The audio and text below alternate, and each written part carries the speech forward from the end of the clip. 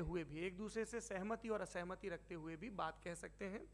यहाँ पर मेरे जेएनयू के प्रोफेसर बैठे हैं, पुरुषोत्तम अग्रवाल जी, जिन्होंने हमें क्लास में सिखाया है कि सहमति का साहस और असहमति का विवेक, और इसका ठीक उलट भी, ये बड़ा जरूरी है। दूसरी बात, ये किसी एक धर्म के बारे में बहस नहीं है, ये बात सबको स्पष्ट होनी चाहिए। किसी धर्म को महान बताने या किसी धर्म को कमतर बताने की ये बहस नहीं है। तो यदि कोई इस उम्मीद से देख रहा है या यहां आया है, तो मैं आपको आश्वस्त करना चाहता हूं कि आपको नाउम्मीदी हाथ लगेगी। इस बहस में बहुत ज्यादा धार्मिक प्रतीकों के इस्तेमाल को लेकर भी ये दोनों लोग जो अभी आपको गंभीर दिख रहे हैं, भले लोग हैं, कल शाम को चाय पर मिले थे, बहुत हंसी मजाक भी इनके बीच हुआ था और गलबैयां डालते हुए एक तस्वीर भी हुई थी। ये इस बात का प्रमाण है कि इंटरनेट पर जो हल्ला मचा हुआ है उसके मुकाबले ये दोनों लोग बहुत ही अच्छे शांत ढंग से बहस के लिए राजी हो गए हैं। ट्विटर की बातें ट्विटर तक सीमित, एलन मस्क आजकल उसको एक्स कहते हैं। और अब इस बहस की शुरुआत मैं इन विद्वानों का, हालांकि इनको परिचय की जरूरत नहीं, पर हो सकता है, हमें पत्रकारिता में सिखाया जाता है कि नेवर अज्यूम, विज्ञान भी यही कहता है। मुफ्ती शमाइल नदवी साहब इस्लामिक विद्वान, शिक्षाविद हैं, कोलकाता के वाहियान फाउंडेशन के संस्थापक हैं, लखनऊ की प्रतिष्ठित दारुल उलूम नदवतुल उलमा से ग्रेजुएशन किया है, सोशल मीडिया और सार्वजनिक मंचों पर अध्यापन और बौद्धिक कामों में सक्रिय हैं और इस समय इंटरनेशनल इस्लामिक यूनिवर्सिटी मलेशिया से पीएचडी कर रहे हैं। अच्छी बात यह है कि पढ़ाई के साथ साथ ट्रैवल ब्लॉग भी बनाते हैं। पेट्रोनस टावर के सामने का ब्लॉग हमने देखा। हमारे साथ जावेद अख्तर साहब हैं। जावेद अख्तर साहब कवि हैं, शायर हैं, गद्य भी लिखते हैं, फिल्मों के लिए संवाद लिखे हैं, गीत लिखे हैं। इससे इतर ये वैज्ञानिक सोच को लेकर या अपने डिक्लेयर्ड एथिज्म को लेकर भी मुखर रहते हैं और अपने तहीं रैशनैलिटी की बात करते हैं। देवियों और सज्जनों, डज गॉड एग्जिस्ट, इस सवाल का जवाब सब अपने अपने तहीं खोजने की कोशिश कर रहे हैं। कोई इसको गॉड डैम पार्टिकल की खोज बताता है, कोई गॉड पार्टिकल की खोज बताता है, कोई हिग्स बोसान की खोज बताता है, कोई ये सवाल जवाब तलाशने की कोशिश करता है कि मास एग्जिस्टेंस में आखिर आया कैसे, हुआ क्या था, सृष्टि के पहले, समय के पहले क्या था। और कोई ये कहता है कि ये सारी खोजें जिस मस्तिष्क में हो रही हैं प्रकृति के क्रम में, वो कैसे विकसित हुआ। मैं उम्मीद करता हूं कि हम आज इन बुनियादी सवालों के कुछ जवाब हासिल करने में कामयाब हों। मैं सबसे पहले मंच पर आमंत्रित कर रहा हूं मुफ्ती शमाइल नदवी साहब को। आइए सर जी।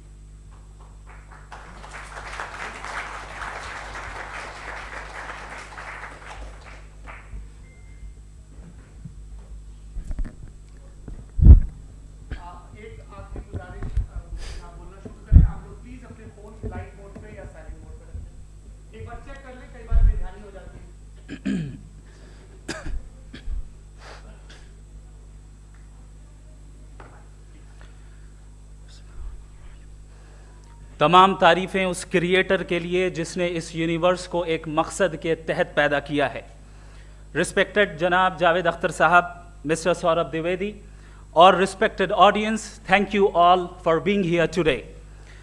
आज की डिबेट में चूंकि हम बात करने वाले हैं डज गॉड एग्जिस्ट के टॉपिक पर, तो ये एक ऐसा टॉपिक है जिसके मुताल्लिक कोई भी डिसीजन लेने के लिए अलग अलग स्टैंडर्ड्स हो सकते हैं।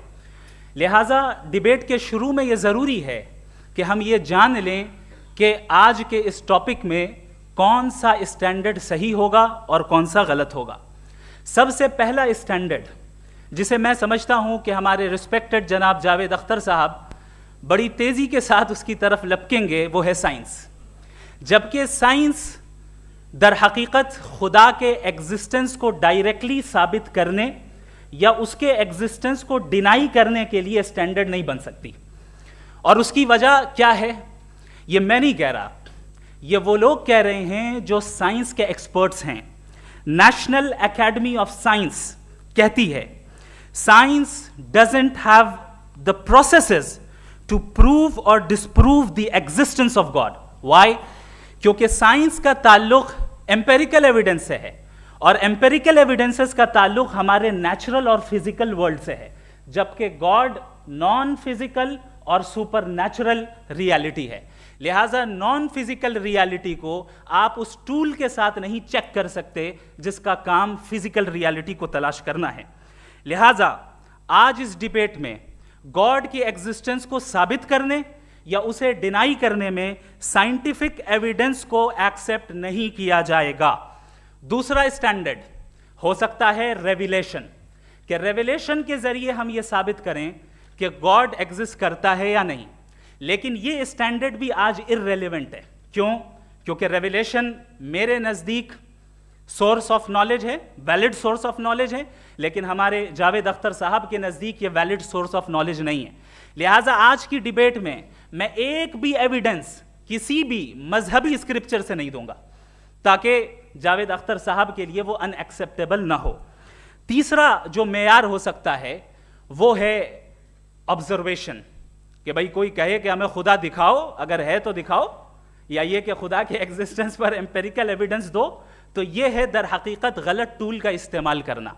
ये ऐसा ही है कि जावेद साहब मुझसे ये मुतालबा करें कि मुफ्ती साहब आप मेटल डिटेक्टर के जरिए प्लास्टिक डिटेक्ट करके दिखाएं। अब चूंकि प्लास्टिक डिटेक्ट नहीं हो पा रही है लिहाजा plastic does not exist. No, you are using the wrong tool. इस टूल से प्लास्टिक को डिटेक्ट नहीं किया जाता।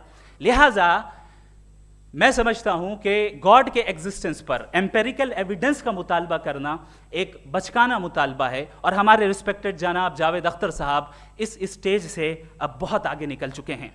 अब बचता है एक ही स्टैंडर्ड, और वो स्टैंडर्ड है अक्ल, लॉजिक, रीजनिंग। और यही वो स्टैंडर्ड है जिसके तहत गॉड की एग्जिस्टेंस को साबित किया जाएगा या गॉड की एग्जिस्टेंस को डिनाई किया जाएगा। लेकिन चूंकि ये बहुत इंपॉर्टेंट और सेंसिटिव टॉपिक है, इसलिए लॉजिकल आर्ग्यूमेंट भी ऐसा होना चाहिए जो डेफिनेटिव हो, इनडेफिनेटिव ना हो, जो 2 और 2 4 की तरह बिल्कुल वाजे हो, जिसे लॉजिकली रिजेक्ट करना पॉसिबल नहीं हो। फॉर एग्जाम्पल हम कहें हमारे रिस्पेक्टेड मिस्टर सौरभ साहब, ये एक इंसान है और तमाम इंसान कॉन्शियस बीइंग है। लिहाजा नतीजा क्या निकला? हमारे सौरभ साहब भी कॉन्शियस बीइंग है। क्या ये इनडेफिनेट आर्ग्यूमेंट है या डेफिनेट आर्ग्यूमेंट है? ये डेफिनेट आर्ग्यूमेंट है। ये 2 और 2 की तरह वाजे है, इसमें किसी तरह जो है लॉजिकली इसको रिजेक्ट नहीं किया जा सकता। तो अगर आज हमारे जावेद अख्तर साहब ऐसी कोई अकली दलील और लॉजिकल एविडेंस दें खुदा के ना होने पर जो डेफिनेट भी हो, तो मैं ये ऐलान करता हूं कि यकीनन मैं उस एविडेंस को कबूल करूंगा और उस पर गौर करूंगा। लेकिन साथ में यह भी ऐलान कर देता हूं प्रेडिक्शन के तौर पर कि ऐसा कोई डेफिनेट आर्ग्यूमेंट कोई नहीं पेश कर सकता। दलील हम देंगे और डेफिनेटिव दलील देंगे, लॉजिकल दलील देंगे, ऐसी दलील देंगे जो एंटायर एथिस्टिक वर्ल्ड उसे रेफ्यूट नहीं कर सकती। चलें अब हम एक एग्जाम्पल सोचते हैं, एक सिनेरियो, सिंपल सिनेरियो, तमाम ऑडियंस से गुजारिश है। हम और आप एक आइसोलेटेड आइलैंड पर हैं, ऐसा आइलैंड जहां पे हमसे पहले कोई कभी नहीं गया। चलते चलते आपके सामने अचानक आपने देखा एक पिंक कलर की बॉल पड़ी हुई है।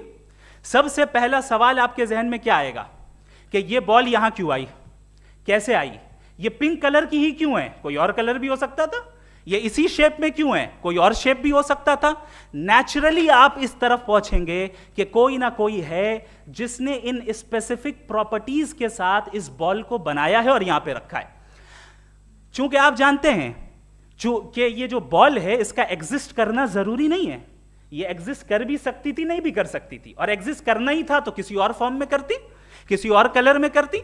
अब आप इस बॉल को एक्सपैंड करते चले जाएं, एक्सपैंड करते चले जाएं, एक्सपैंड करते चले जाएं, यहां तक कि ये बॉल यूनिवर्स के साइज की हो जाए। बताइए कि क्या साइज के बढ़ जाने से सवाल बदल जाएगा? हरगिज नहीं बदलेगा। अभी भी सवाल रहेगा ये यूनिवर्स कहां से आया, इन स्पेसिफिक प्रॉपर्टीज के साथ कहां से आया, क्यों आया, किसने बनाया, यह सवाल उस वक्त भी वैलिड रहेगा। लेकिन यह सवाल अगर हम जनाब जावेद अख्तर साहब से करें तो चूंकि इनका वर्ल्ड व्यू एथिस्टिक है, और सिर्फ इनका नहीं, मतलब जितने भी एथिस्ट हैं और एथिस्टिक वर्ल्ड व्यू को रखने वाले से अगर आप ये सवाल करें कि ये यूनिवर्स कहां से आया, तो इनका जवाब या तो आर्ग्यूमेंट फ्रॉम इग्नोरेंस होगा या डॉगमेटिक होगा। या तो ये कहेंगे कि मुझे नहीं पता कि ये कहां से आया, लिहाजा गॉड डज नॉट एग्जिस्ट, ये आर्ग्यूमेंट फ्रॉम इग्नोरेंस है।